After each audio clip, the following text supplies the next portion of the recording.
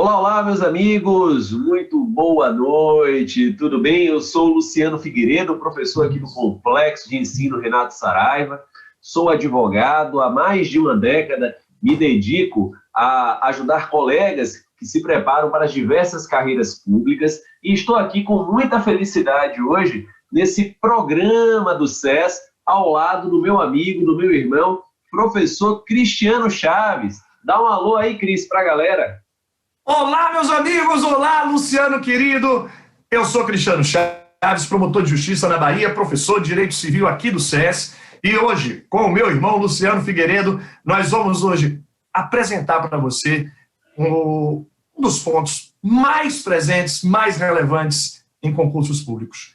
A nossa equipe do SES reuniu percorreu aí ao longo desses últimos 4 anos os temas que são mais recorrentes, mais frequentes e preparou para você programas excepcionais.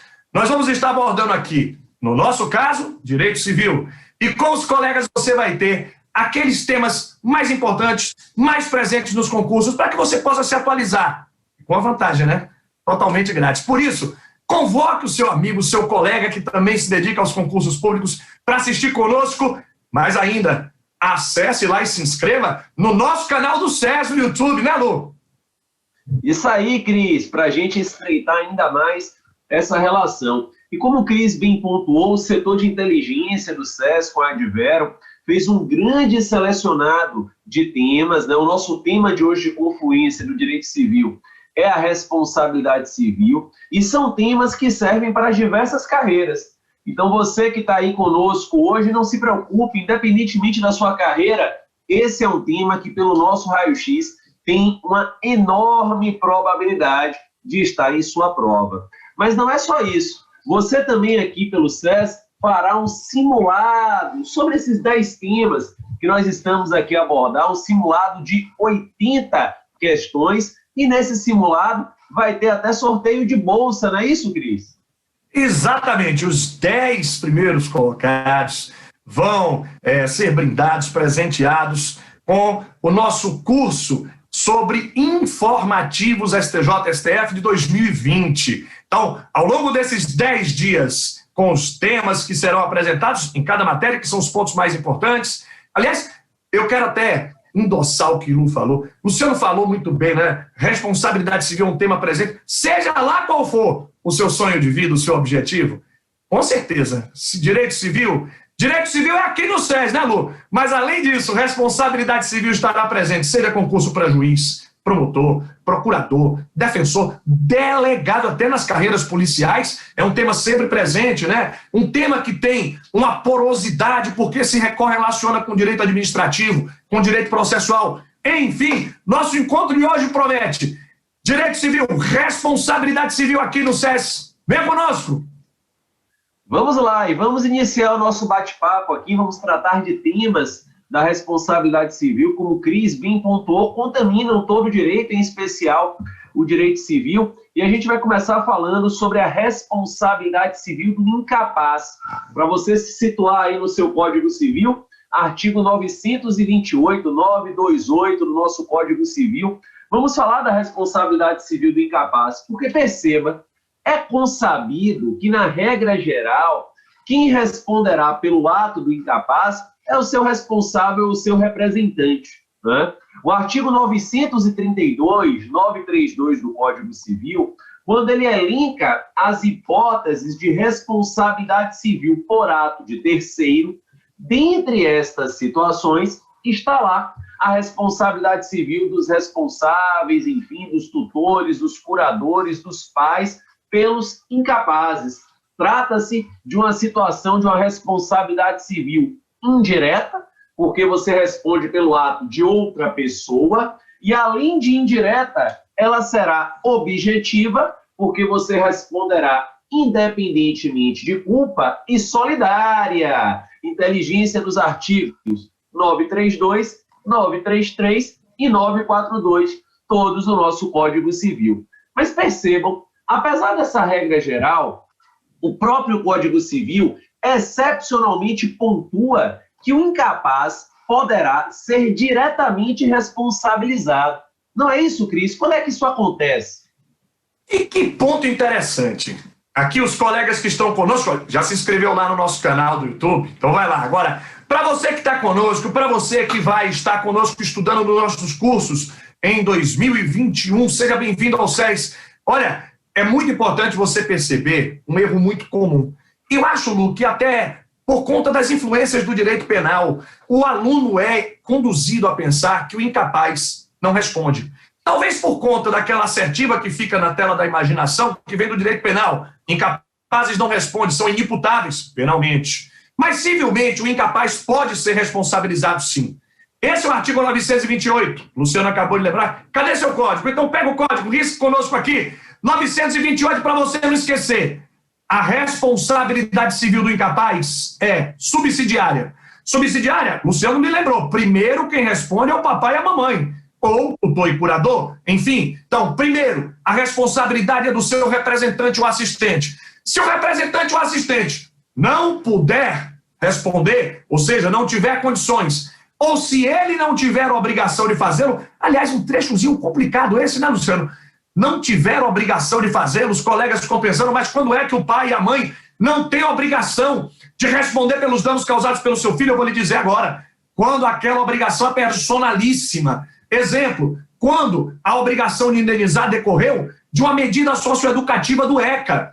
Aquelas medidas socioeducativas, Luciano, aplicáveis ao adolescente infrator. Uma daquelas medidas, o artigo 112 do ECA, é a reparação do dano. Se a obrigação de reparar dano veio lá da medida socioeducativa, aí o representante ou assistente não tem a obrigação de fazê-lo. Então, a responsabilidade civil do incapaz é subsidiária. Ele só responde quando o seu representante ou assistente não tiver obrigação ou não tiver condições. 2, ela é equitativa, porque o juiz calculará por equidade. E 3, condicionada. Condicionada porque ela não terá lugar se privado da subsistência. Ele ou as pessoas que dele dependam. Mas uma coisa é certa, é que nós estamos falando de um assunto que a grande maioria dos concurseiros termina incorrendo num lapso, muitas vezes, não por falta de estudo, mas por trazer consigo a referência do direito penal. Eu acho que todo mundo acredita, né, Lu, que o incapaz não responde. Mas você está vendo que no direito civil é diferente? Ele responde sim.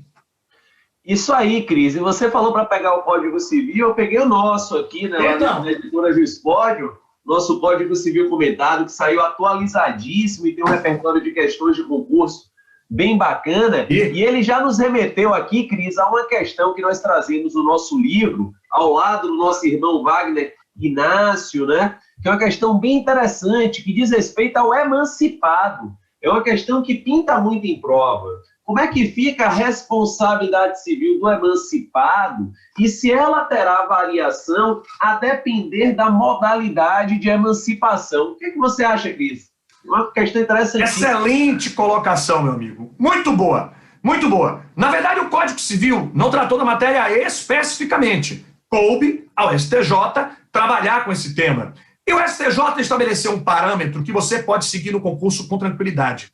Se a emancipação é voluntária, voluntária é aquela emancipação por outorga, né, Lúcio? Você já ouviu falar essa expressão? Por outorga, né? Outorga dos pais lá no cartório. Ou por decisão judicial, quando o juiz delibera sobre o conflito entre os pais. Um deles quer, o outro não quer. Então, se a emancipação foi voluntária, convencionada pelos pais, ou suprida pelo juiz por outorga em cartório com suprimento judicial, então, para evitar que os pais emancipassem seus filhos apenas com o objetivo de se exonerar dessa responsabilidade civil, para evitar que esses pais praticassem esse ato apenas com o interesse de se livrar, pelo menos por 2 anos, né, do 16 ao 18, da responsabilidade com os filhos, então o STJ disse, nesse caso, na emancipação voluntária, a responsabilidade se torna solidária entre os pais e o filho emancipado. Todavia, se a emancipação é legal, toda vez que eu falo de emancipação legal, Lu, eu lembro do Neymar. Sim. Neymar. Porque o Neymar começou a celebrar aqueles grandes contratos com o Santos, menor de idade, né? Então ele ainda era relativamente incapaz, mas ele tinha uma relação empregatícia gerando economia própria. Então ali ele estava emancipado. Nesses casos de emancipação legal, emprego público efetivo, relação empregatícia, o estabelecimento comercial gerando economia própria, casamento, né? Então, nestes casos de emancipação legal, parágrafo único do artigo 5º, aí exoneram-se os pais. Resumindo, se a emancipação é voluntária ou judicial, responsabilidade solidária. Se a emancipação é legal, exoneração da responsabilidade dos pais e o filho emancipado dali por diante responde civilmente. Grande pergunta, você lembrou, sempre presente nos concursos aí por conta dessa contribuição jurisprudencial. Exatamente, Cris. Uma questão bem interessante. Os concursos, eles vêm abordando muito, né, esse enfoque jurisprudencial, o que só ressalta a necessidade dos colegas aí fazerem o nosso simulado, porque os 10 primeiros vão ganhar bolsa justamente do curso de informativos. Então vão ter aí a oportunidade de visitar conosco temas tão relevantes. Mesmo aqueles concursos que historicamente estão baseados mais no texto de lei, na literalidade até do texto de lei, mas mesmo estes concursos que historicamente se ocupam do texto de lei, mais recentemente começaram a dar grandes contribuições com perguntas sobre súmulas. Então, súmula, jurisprudência dominante, acho também que pela própria influência do CPC de 2015, né, que estabeleceu aí o acatamento da teoria dos precedentes, nós vamos dialogando com a importância dos precedentes que têm força normativa. Eu acho que tudo isso, no fundo, contribui para esse cenário de nós darmos muita importância para o estudo da orientação dos tribunais superiores. Ô, Lu, eu também queria te suscitar um tema interessante. Quando nós falávamos agora sobre responsabilidade do incapaz, eu comentei que a responsabilidade do incapaz é subsidiária, condicionada e acrescentei equitativa. Tá aí uma pergunta que também tem povoado os concursos. Como é que o juiz fixa a indenização? É por equidade ou é pela extensão do dano? Nós vamos juntos agora ao artigo 944 do Código Civil, Luciano. Que artigozinho bacana, né, esse 944? Exato, Cris. O artigo 944 do Código Civil, que nos traz aí à baila no direito brasileiro o chamado princípio da reparação integral. Qual é a ideia da reparação integral? A ideia da reparação integral é que a indenização deverá ser medida pela extensão do dano. A noção é essa. E por que a indenização deve ser medida pela extensão do dano? Um autor estrangeiro chamado Daniel Pizarro, com muito acerto, coloca a seguinte passagem em sua obra, que é lembrada em vários livros, vários manuais de direito civil. Indenizar pela metade é responsabilizar a vítima pelo resto. É verdade. Indenizar pela metade é responsabilizar a vítima pelo resto. Imagine você que eu culposamente colido em seu carro. Eu colidi culposamente em seu carro e o orçamento do conserto do carro foi de R$2.000, mas eu só lhe paguei R$1.000. Não houve reparação integral. Houve uma reparação de pirro, amputada. Eu lhe paguei R$1.000. Quem foi que pagou a diferença? Os outros 1.000? Você. Porque a oficina não vai lhe dar um abatimento sob o argumento de que o seu lesante só lhe indenizou parcialmente. Então, indenizar pela metade é responsabilizar a vítima pelo resto. E nós não queríamos responsabilizar a vítima pelo resto. E é por conta disso que o direito brasileiro é guiado pela noção da reparação integral. Nós devíamos buscar a extensão do dano e indenizá-la por completo. Obviamente que quando nós tratamos de danos materiais, fica muito mais fácil enxergarmos a reparação integral, até pela chamada teoria da diferença, né? Você verifica como é que está o sujeito após o dano, como é que estava antes do dano, status quo ante, e aí você indeniza esta diferença. Nos danos extrapatrimoniais, aí a coisa fica mais complexa. O arbitramento judicial acaba sendo a técnica mais utilizada. Mas, Cris, pegando carona aí na sua excelente ponderação, que também é uma questão que parece muito no concurso, vem cá, será que essa ideia da reparação integral ela é uma ideia absoluta no direito brasileiro? Será que sempre tem que reparar integralmente? Ou será que o 944 nos traz alguma exceção, meu amigo? Excelente. E aí a importância desse tema nos concursos. O caput do artigo 944, você foi perfeito. Ele é de... Não há nenhuma dúvida quanto ao caput do 944. Toda indenização é calculada pela extensão do dano. A extensão do dano, portanto, é o critério utilizado. E este critério utilizado, extensão do dano, não deixa nenhum espaço para que a vítima fique prejudicada. Você muito bem discorreu sobre o tema. Pois é, só que não há nenhum caráter absoluto nesse artigo 944. Isso porque o próprio parágrafo único do artigo já estabelece uma exceção, Lúcio, vai você conferir, ele diz assim, olha, toda indenização é calculada pela extensão do dano, mas no parágrafo único ele permite uma exceção, dizendo, olha, se houver excessiva desproporção entre o grau de culpa e a extensão do dano, portanto, se a culpa é leve ou levíssima, muito embora o dano seja extenso, então o juiz poderá, de ofício ou a requerimento, caiu uma pergunta dessa no concurso de juiz do Mato Grosso do Sul, de ofício ou a requerimento, o juiz pode reduzir equitativamente o valor da indenização. Com isso, nós vamos percebendo que o Código Civil vai se perfilhando ao Código de Processo Civil. Nesse ponto, o artigo 140 do CPC, o artigo 140 do CPC de 2015, deixa claro, a regra geral é o juiz julgar com base na legalidade. Bom, essa é a regra geral. O juiz julga com base na legalidade. Contudo, o juiz pode, em certos casos, em certas hipóteses, o juiz pode julgar com base na equidade, quando houver expressa previsão de lei. Lógico, o juiz só pode usar a equidade quando a lei expressamente autorizar. Hoje, aqui, no nosso encontro, os colegas já verificam conosco duas exceções. Duas exceções, Luciano. Olha, a primeira, quando se tratar de responsabilidade civil do incapaz. Na hipótese da responsabilidade civil do incapaz, o juiz julgará não com base na extensão do dano, mas sim com base na equidade. 928. E agora nós trazemos uma segunda exceção. 944, se houver excessiva desproporção entre o grau de culpa e a extensão do dano, se a culpa é leve, levíssima, quiçá, embora o dano seja extenso, o juiz pode, de ofício ou requerimento, reduzir equitativamente o valor da indenização. Então, aquela regra da reparação integral comporta exceções. É uma regra que pode, por um motivo ou por outro, gerar aí arrefecimentos. Você lembrou um outro dado interessante. Disse você, Lu, naquela hora, sim, mas espera aí, a regra geral não é o incapaz responder. A regra geral é o seu representante, o assistente, responder pelos danos causados pelos incapazes, né? O pai e a mãe, por exemplo, respondem pelos danos causados pelos seus filhos menores, exemplificando muito bem o que você falou.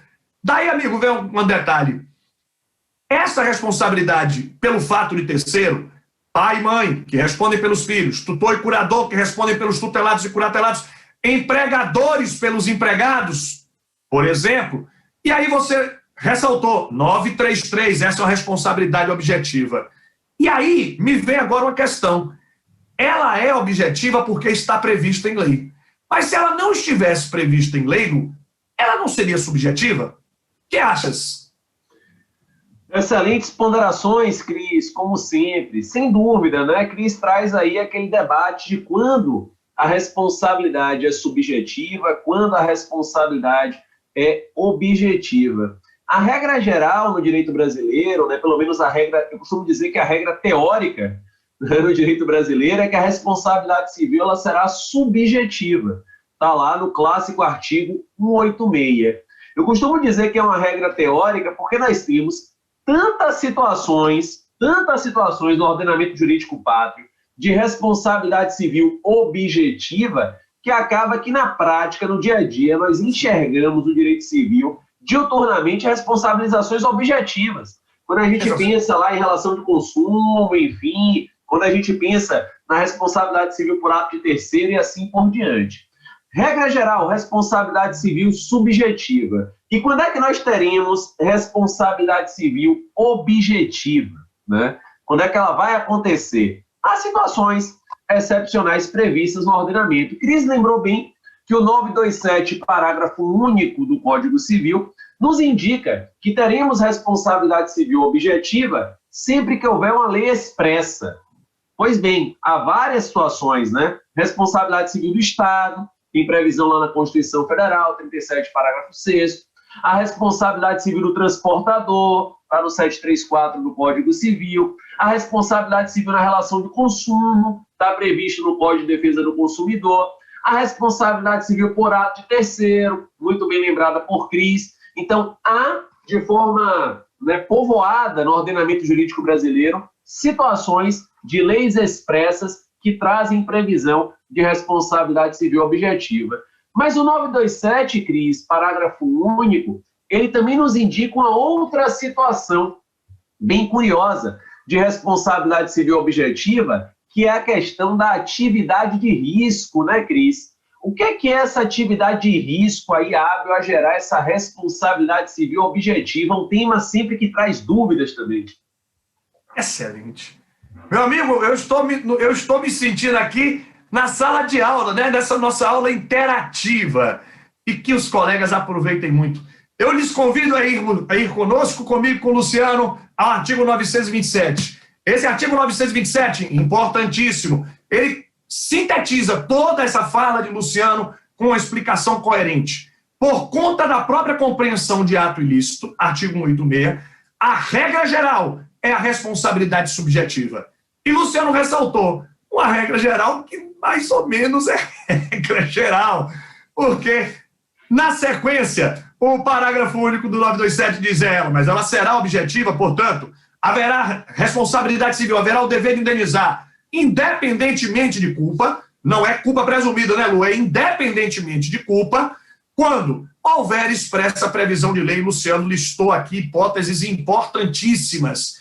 Responsabilidade civil consumerista da administração pública pelo fato de terceiro, todos exemplos de responsabilidade objetiva. Só que esse parágrafo único, Lu, ele reconhece a falibilidade do sistema legislativo, porque ele sabe que o sistema legislativo ele é reativo e não proativo. O sistema legislativo, direito é ciência humana aplicada. Então, o sistema legislativo ele sempre virá a reboque dos fatos. De um modo ou de outro, uma coisa é certa: a vida anda na frente do direito. E como a vida anda na frente do direito, seguramente surgem a cada dia novas atividades de risco que ainda não estão reconhecidas por lei. E aí o que aconteceria? Aquela responsabilidade seria subjetiva? Olha que coisa incoerente, né? Obrigar a vítima a provar a culpa do agente em hipóteses nas quais a prova dessa culpa é, vamos usar a expressão do processo civil, Lu, verdadeiramente diabólica. Ou seja, a vítima não conseguirá garantir o seu ressarcimento porque ela sofrerá uma dificuldade de provar a culpa diante de uma atividade eminentemente de risco. Então, o parágrafo único do 927 reconhece que surgirão a cada dia novas atividades de risco.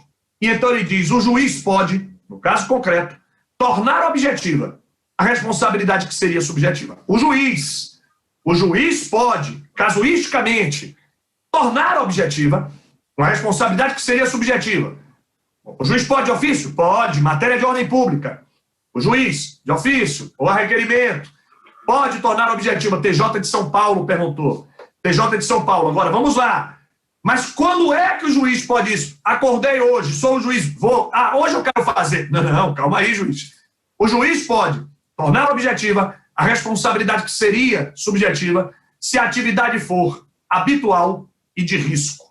Em se tratando de atividade habitual e de risco, o juiz pode tornar objetiva, mesmo de ofício, a responsabilidade que seria subjetiva. E o que quero dizer com isso, Lu, é que nós podemos ter, nesse caso, o reconhecimento de que agora a responsabilidade é objetiva.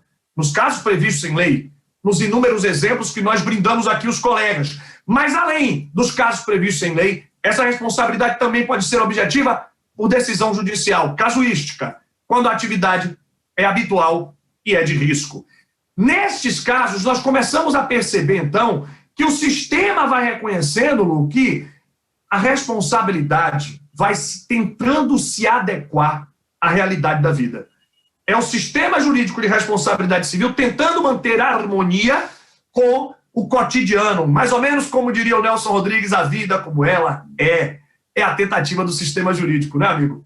Com certeza, Cris. E essa tentativa é muito sensivelmente, né, percebida no direito do trabalho. Para as pessoas aí que estão militando nos concursos da área trabalhista, o STF julgou, há coisa de um ano ou dois atrás, um dos temas julgados foi a possibilidade de responsabilidade civil objetiva no acidente de trabalho, acaso haja atividade de risco. Tema muito sensível, porque a Constituição Federal, no artigo 7º, inciso 28, quando fala da responsabilidade civil do empregador no acidente de trabalho, expressamente traz lá, se houver dolo ou culpa.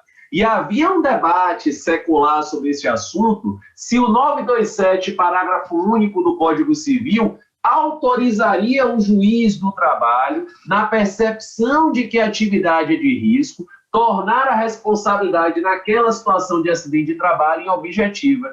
E o STF veio para sepultar, como o Cris bem lembrou aí, né, trouxe essa possibilidade do 927, parágrafo único, uma ação mais proativa no Poder Judiciário, o que é extremamente interessante, extremamente salutar, na ótica, inclusive, né, do nosso Código de Processo Civil, que nos aproxima mais de um sistema do Common Law.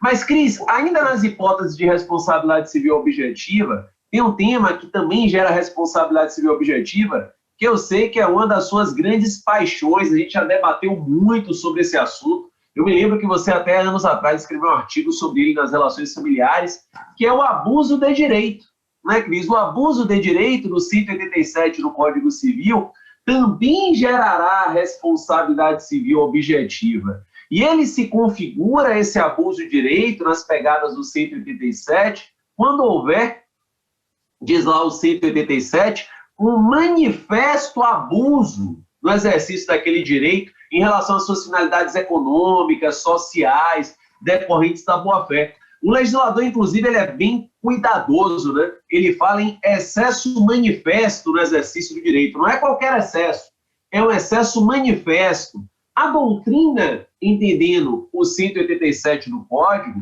nos diz que a moldura é de responsabilidade civil objetiva.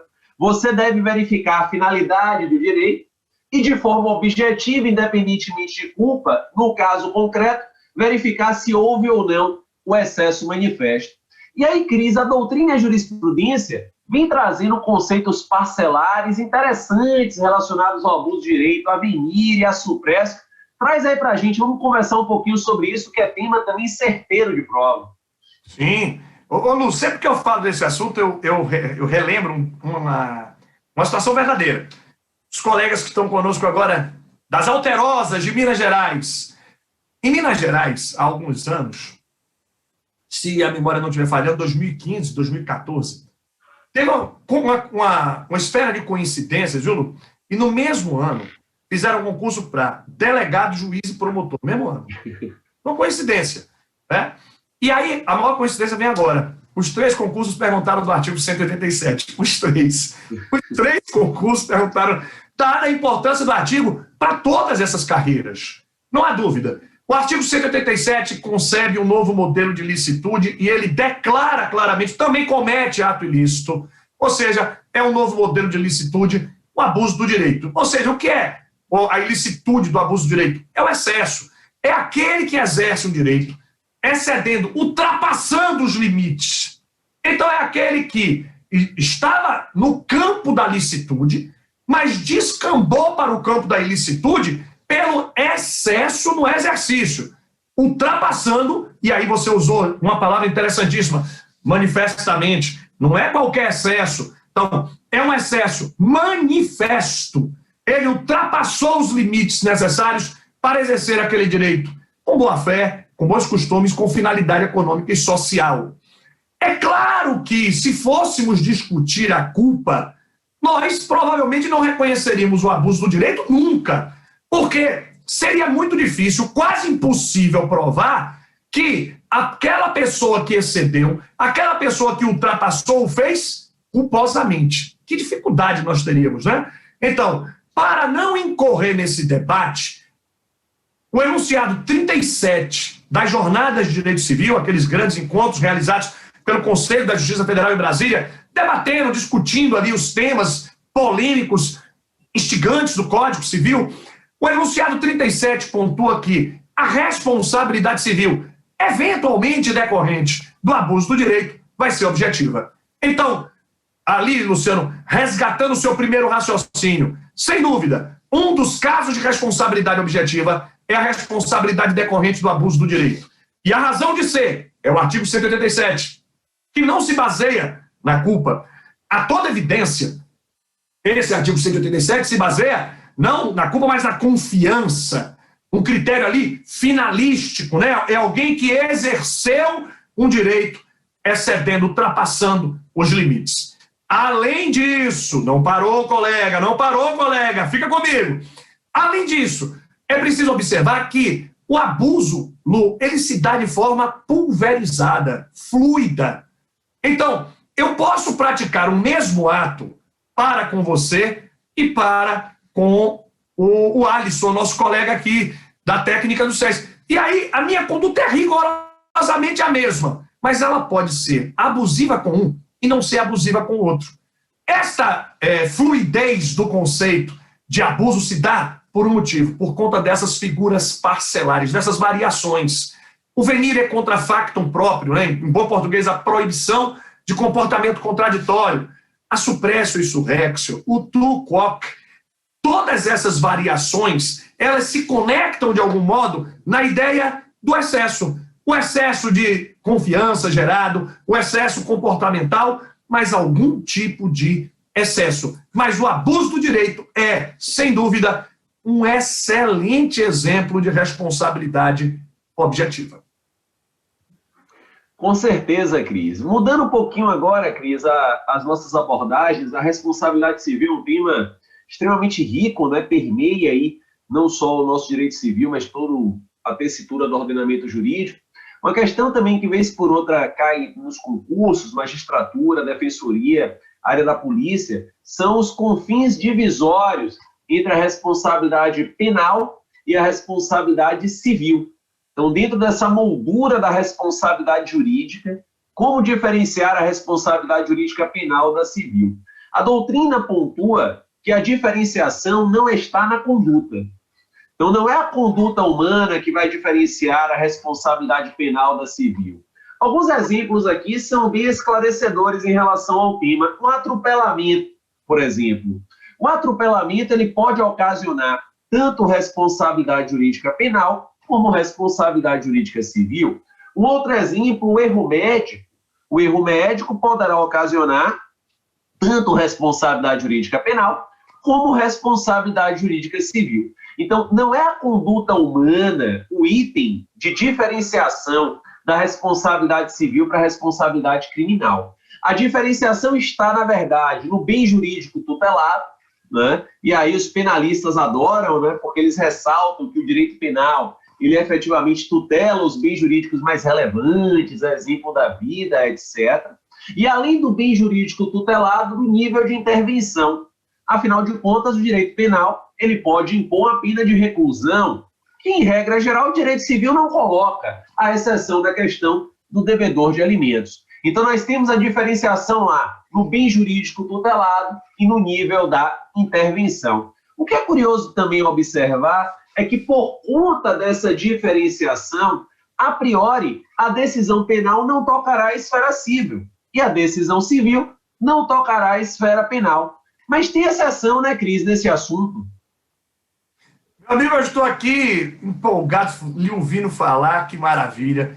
Os colegas que se dedicam às carreiras policiais, é a sua hora. Esse é o assunto seguramente mais perguntado nas carreiras policiais. Mas para os colegas que fazem defensoria, MP, magistratura, pode ficar ligado. Mas, ufa, eu vou fazer procuradoria. Então, redobre sua atenção, porque esse tema envolve atuação estatal e, por isso, pode gerar responsabilidade civil para o Estado, inclusive. Então, conosco agora, esse é o artigo 935. Cadê seu código? Pegue comigo. Esse artigo 935 importantíssimo. Ele fala sobre autonomia. A independência das instâncias. Eu vou usar um ditado popular que eu acho que todo mundo vai entender. É mais ou menos o seguinte: cada qual com o seu cada qual. Ou como se diz modernamente, cada um no seu quadrado. Por quê? O juiz civil julga a responsabilidade civil. O juiz penal julga a responsabilidade penal. Autonomamente. Ah, sim, mas o fato pode ser o mesmo. Luciano bem exemplificou. Luciano bem lembrou. Várias condutas podem reverberar, repercutir ao mesmo tempo. Em sede civil, sede penal, erro médico, grande exemplo. Crime de trânsito. Um crime de trânsito pode gerar dano material. Outro grande exemplo que o Luciano deu. Eu acrescento mais um, aquilo, crime contra a honra. Afinal de contas, de um crime contra a honra, nós podemos ter dano moral. E assim, ilustrativamente, nós vamos percebendo que a responsabilidade civil e penal podem derivar da mesma conduta. Nesses casos, Luciano, olha que interessante. Nessas hipóteses, a conduta civil será julgada pelo juiz civil, a conduta penal pelo juiz penal, mas aí vem uma situação. Então, essas decisões podem ser conflitantes. Podem. Colegas, as decisões podem ser conflitantes por conta da autonomia da independência. Então, eventualmente, o juiz civil pode condenar, usando o exemplo do crime contra a honra, numa indenização por dano moral, e o juiz penal absolver. E o juiz penal absolver, por exemplo, por falta de prova, Luciano. Imagine, o juiz penal diz: eu não tenho prova do dolo, absolvo. O juiz civil diz: eu tenho, sim, elementos suficientes e condeno. E é claro que muitos colegas estão pensando: então o juiz penal acertou, o civil errou. Cada qual com o seu cada qual. O juiz civil julgou com os elementos da responsabilidade civil, que pode ser objetiva, que pode ser pelo fato de terceiro, que pode ser pelo fato da coisa. Então percebam que os elementos são distintos. Não tem erro nem acerto. O Estado só responde por erro no julgamento pelo magistrado nos casos de dolo ou fraude. Se não há dolo e fraude, não há que se falar em responsabilidade civil do Estado. Contudo, é claro que a gente precisa tentar, pelo menos, evitar decisões conflitantes. Para tentar evitar uma tensão, uma colisão entre essas decisões, o 935 estabelece a exceção que o Luciano muito bem lembrou.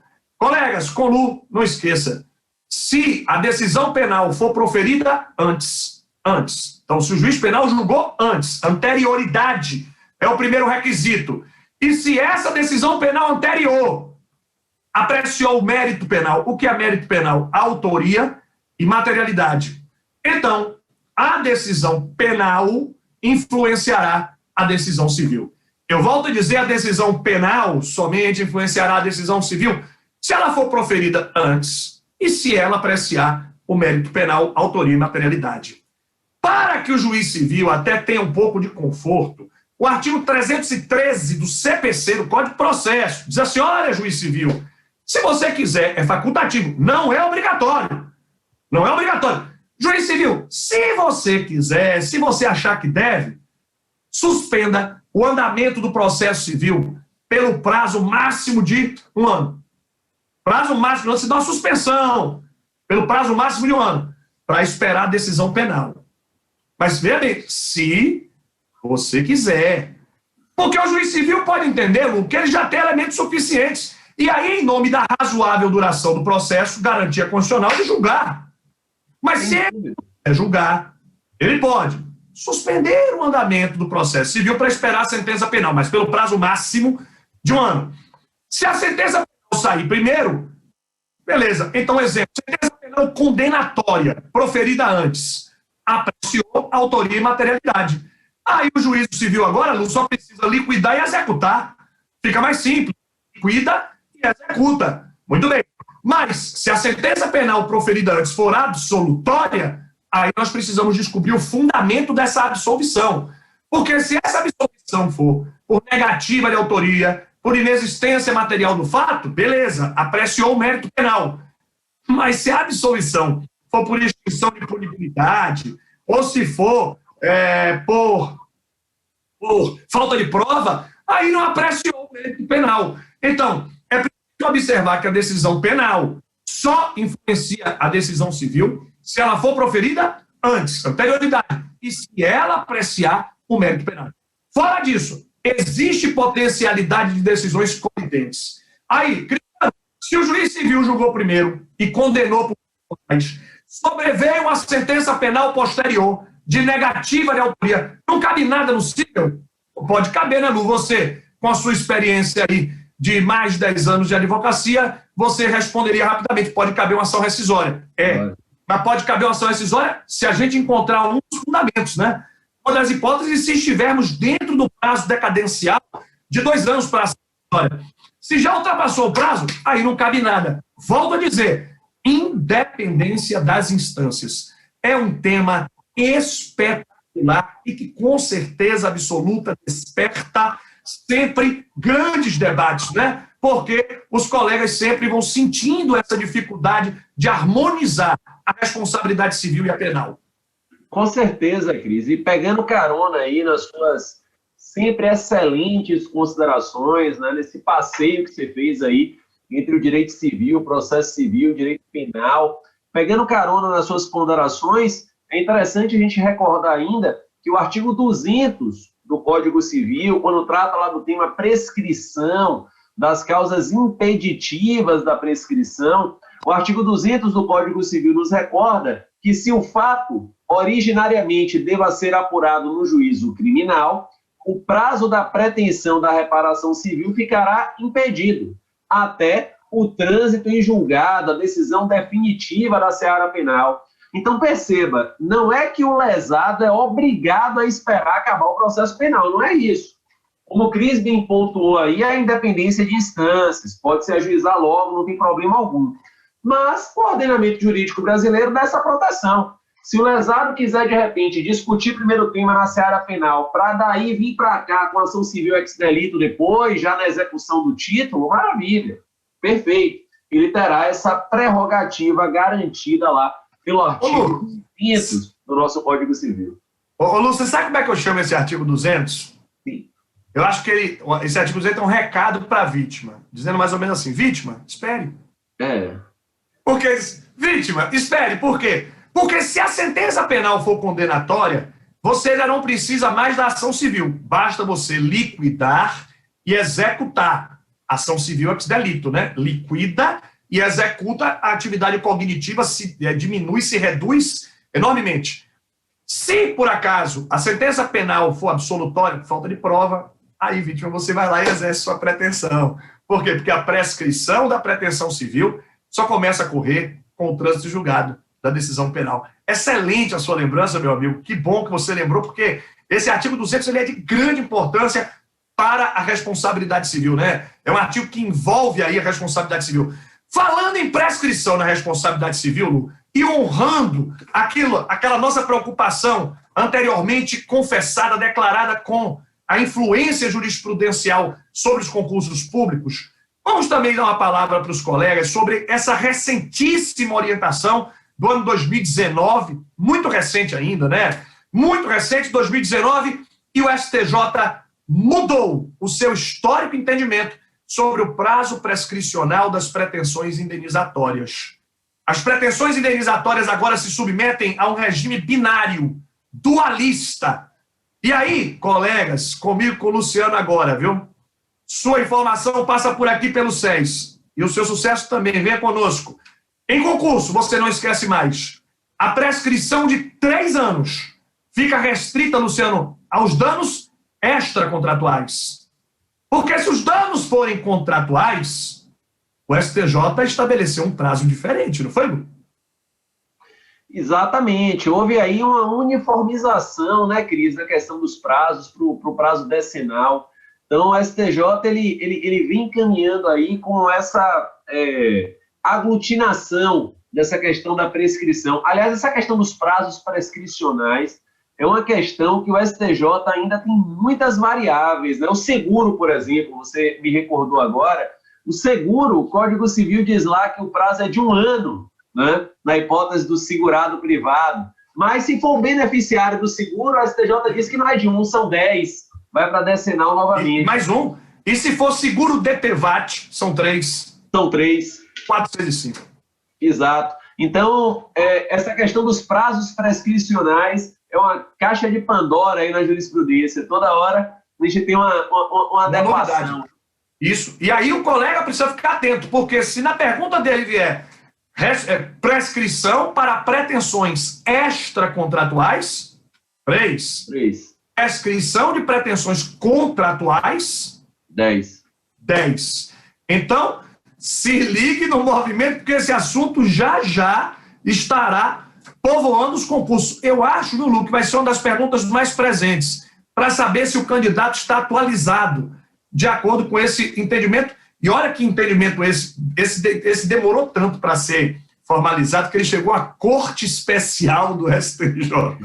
Então foi o entendimento da Corte Especial, que é uma espécie de plenário, né, um órgão de cúpula do STJ, fixando prazo prescricional de 1, 2, 3 para responsabilidade extracontratual. Prazo prescricional de 10 para a responsabilidade contratual. E falando desse caso da prescrição e de como, né, a gente vai ter esse novo tratamento, a mudança, uma nova perspectiva, eu queria também lembrar de um assunto que eu acho que é um dos assuntos mais presentes em concurso, porque ele gera desvio padrão. Eu não sei porque eu botei na minha cabeça que gera, porque eu acho que a grande maioria dos juristas não consegue reconhecer essa frase. A frase é a seguinte, Lu: é possível responsabilidade civil, portanto, obrigação de indenizar decorrente de condutas lícitas. Por que eu acho que a maioria das pessoas não consegue reconhecer a correção, o acerto dessa frase? Por causa, talvez, da influência, de novo, do direito penal e das excludentes de licitude. Lá no direito penal, as excludentes de licitude simplesmente geram, consequentemente, coerentemente, a absolvição da acusação. Mas aqui no direito civil, a matéria ganha um tratamento diferenciado. O artigo 188, ali de volta para o campo da ilicitude, Lu. Artigo 188, são excludentes de licitude. Legítima defesa, exercício regular de direito, estado de necessidade. Portanto, praticamente igual ao direito penal, né? Muito próximo ao sistema do direito penal, no direito civil, legítima defesa, exercício regular de direito, estado de necessidade, excluem a antijuridicidade, a ilicitude civil. 188 é o artigo. No entanto, os artigos 929, 930 trazem uma novidade. Esses dois artigos dizem: se a exclusão da ilicitude se deu por estado de necessidade, se a exclusão da ilicitude decorreu de estado de necessidade, olha bem, colega, e você não esquece mais nunca. Apesar do ato ser lícito, pode gerar responsabilidade civil. E nesse caso nós podemos ter, curiosamente, responsabilidade civil decorrente de ato lícito. Lícito. Quando o bem jurídico sacrificado pertencia a um terceiro. Eu penso sempre naquele exemplo, o que todo colega dá, mas que é um exemplo muito eloquente e muito eficiente. O exemplo do automóvel, né? Eu venho dirigindo o automóvel e aí você vem na contramão de direção. E aí, para não abalroar, para não bater no seu carro, não colidir, eu desvio para o acostamento e derrubo o muro da casa do Alisson. Bom, esse ato que eu pratiquei, a derrubada do muro da casa do Alisson, para remover o perigo que você me gerou, é ato lícito. Mas como o bem jurídico que eu sacrifiquei não pertencia ao causador do perigo, haverá dever de indenizar. Então eu pago a indenização do terceiro, por conta do bem jurídico sacrificado, com direito regressivo contra o causador do perigo. No meu exemplo, contra Luciano. Luciano, veja que interessante. A gente está falando de responsabilidade civil, a gente está falando, portanto, de obrigação de indenizar decorrente de conduta lícita. E aí o cara no concurso põe uma frasezinha: são indenizáveis também os danos decorrentes de condutas lícitas. E aí a pessoa lembra do direito penal, né? Opa, no direito penal, a exclusão de licitude gera absolvição. Então, no direito civil também. No direito civil, não. No direito civil, a exclusão da ilicitude pode não excluir a responsabilidade civil. De mais a mais, você vê comigo aqui, amigo, são conceitos autônomos, não é? Com certeza, meu amigo, com certeza. Um outro exemplo também que a doutrina se recorda é a passagem forçada, né? Exemplo lá dos direitos reais. Quando você tem um terreno encravado, sem acesso a nascente, rua ou porto, e aí o seu vizinho é obrigado a lhe dar essa passagem forçada, você tem que indenizá-lo. É uma conduta lícita, porque você tem o direito a ter essa passagem forçada, até pela função social da sua propriedade, mas haverá ainda o dever de indenização. Outro tema bem interessante, Cris, que também pinta muito em prova, ainda na seara da responsabilidade civil, também na seara da responsabilidade civil objetiva, são os objetos lançados ou caídos, né? Esse é um tema também que as provas sempre têm um carinho especial por eles.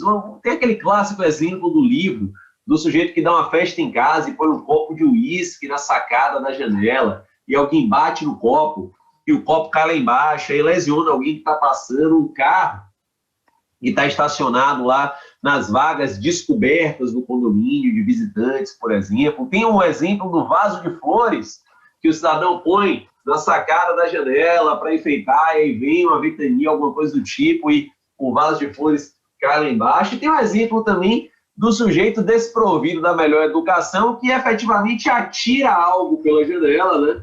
E isso que ele atirou acaba por lesionar alguém ou ao patrimônio de alguém que está passando por lá embaixo. O Código Civil trabalha com o assunto. No artigo 938, 938, nos imputa a responsabilidade civil objetiva, na hipótese, daquele que habitar o prédio ou parte dele. Mas situação curiosa, Cris, que se estabelece, inclusive, com jurisprudência do STJ em relação ao crime, alguma divergência na doutrina, diz respeito a quando a gente não consegue identificar a unidade habitacional da qual partiu o objeto, né? Há grandes prédios que são grandes torres, né? Meu prédio, por exemplo, tem 29 andares, né? É meio complicado você conseguir. Como é que faz aí, Cris? Responde o condomínio? Responde só o pessoal que mora do lado que o objeto caiu? Como é que funciona isso aí, meu amigo? Fantástico. Tema demais presente, demais. Pessoal da Defensoria de Sergipe, Defensoria de São Paulo, então assunto sempre presente. Primeira coisa a lembrar, Lu, você já foi preciso, e os colegas não esqueçam. Esse é um caso, 938. Pega o seu código, olha, pega comigo com o Luciano aqui seu código e risca lá no 938. Responsabilidade objetiva com risco integral. Porque se todos esses episódios ilustrativos que Lu lhe apresentou decorreram de caso fortuito de força maior, a responsabilidade se mantém.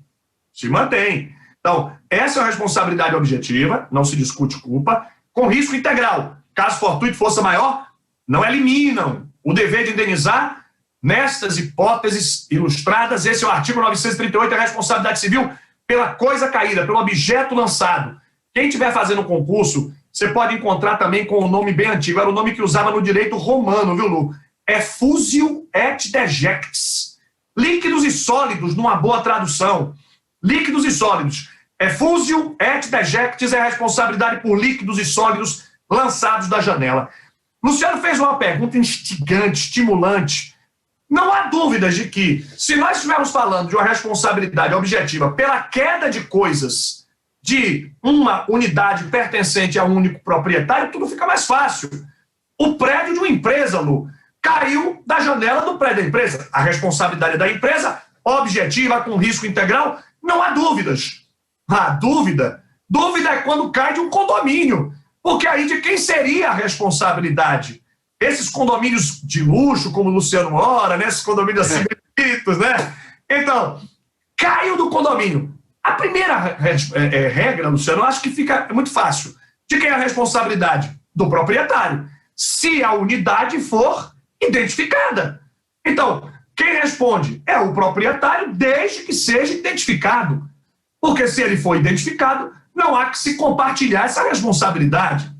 O problema é quando ele não é identificado. A falta de identificação do proprietário, aí geraria uma responsabilidade do condomínio, pronto, do condomínio. Mas o condomínio teria direito de regresso.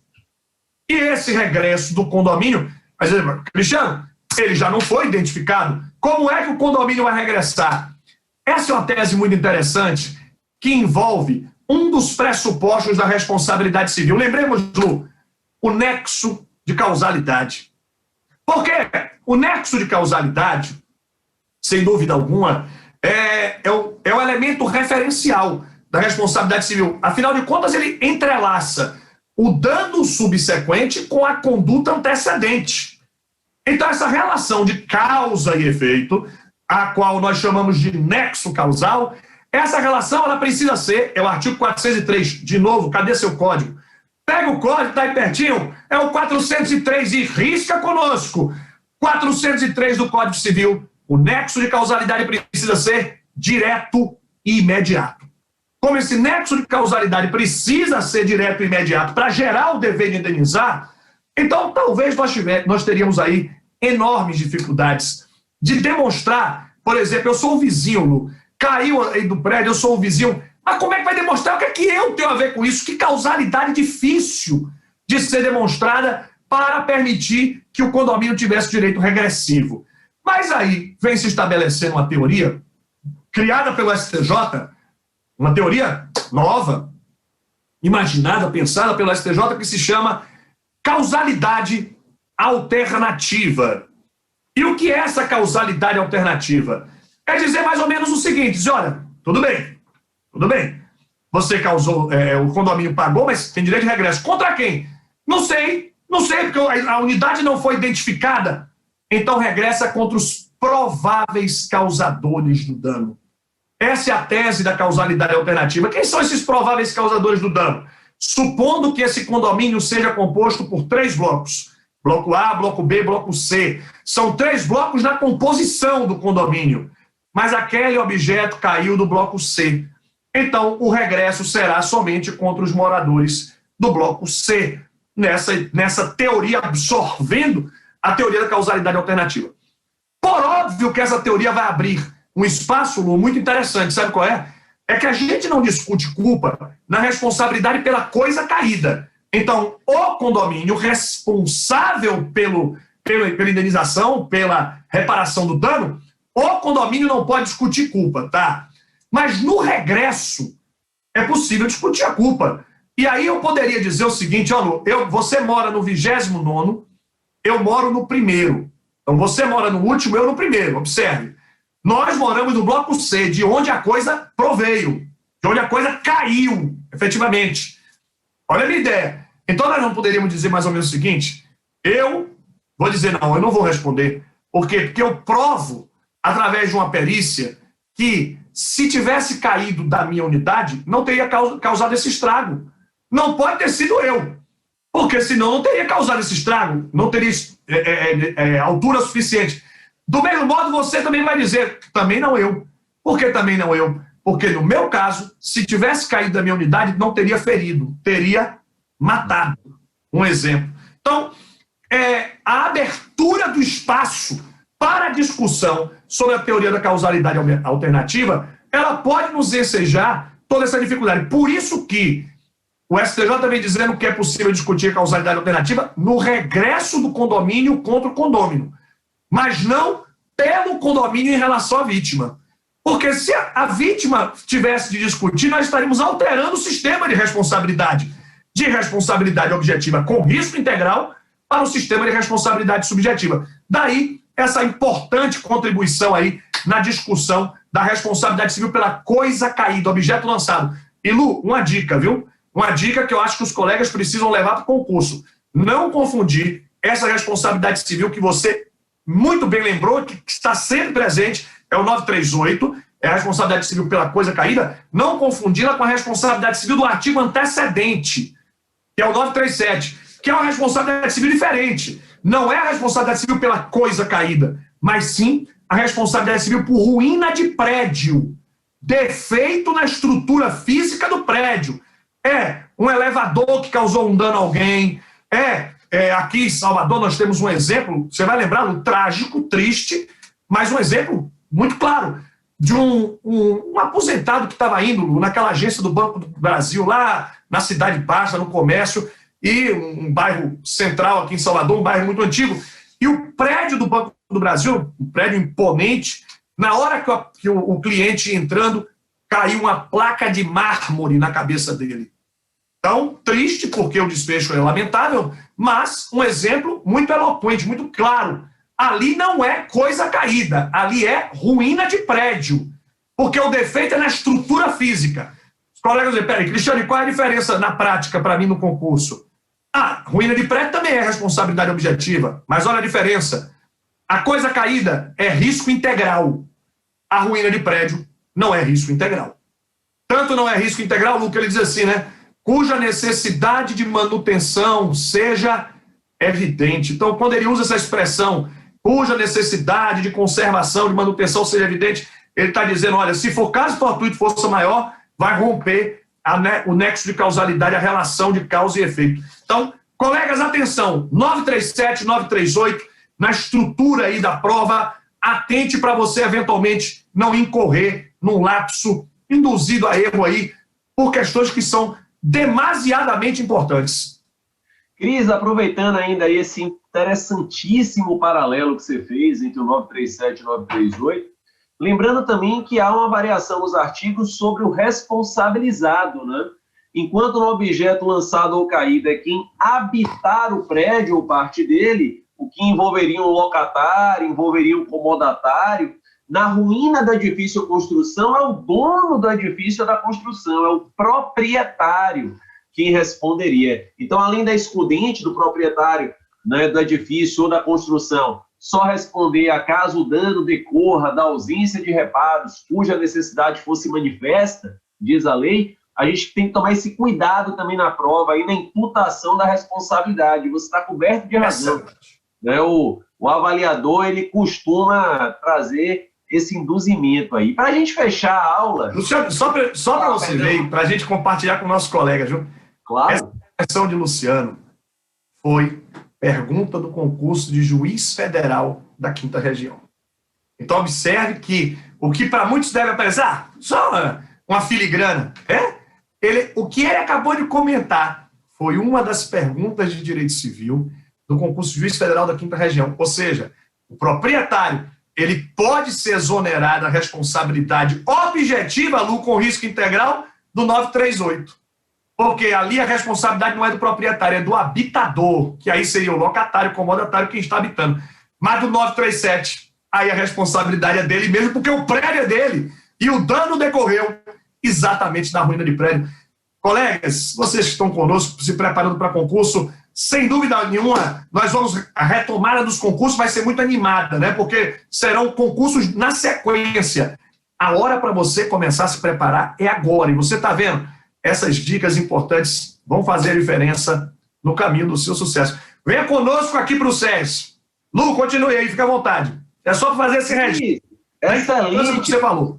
Claro, sua intervenção foi excelente. Meu amigo, eu ia continuar, mas eu vi aqui que nosso tempo já foi. O bate-papo estava tão gostoso que eu já tinha até me perdido na hora aqui, mas já estamos aqui para encerrar. Eu queria novamente convidar todos os colegas a seguir o canal do SES no YouTube, porque tem muito conteúdo gratuito, muita coisa bacana para você se atualizar aí, a galera da advocacia, da prática jurídica, você que já concursou também, já é concursado, uma forma de estar sempre antenado nas novidades da jurisprudência, enfim. Queria convidar a todos também para seguir nas nossas 10 programas, os 10 programas que vão ter com outros temas hiper relevantes para as diversas carreiras concursais, e convidar todo mundo para fazer também lá o simulado, né? Concorrendo os 10 primeiros colocados a 10 interessantes bolsas aqui do SES. Não é isso, Cris?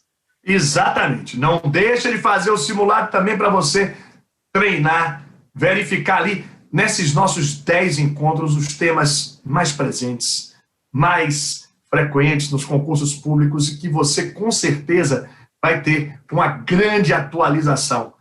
A hora é agora, viu?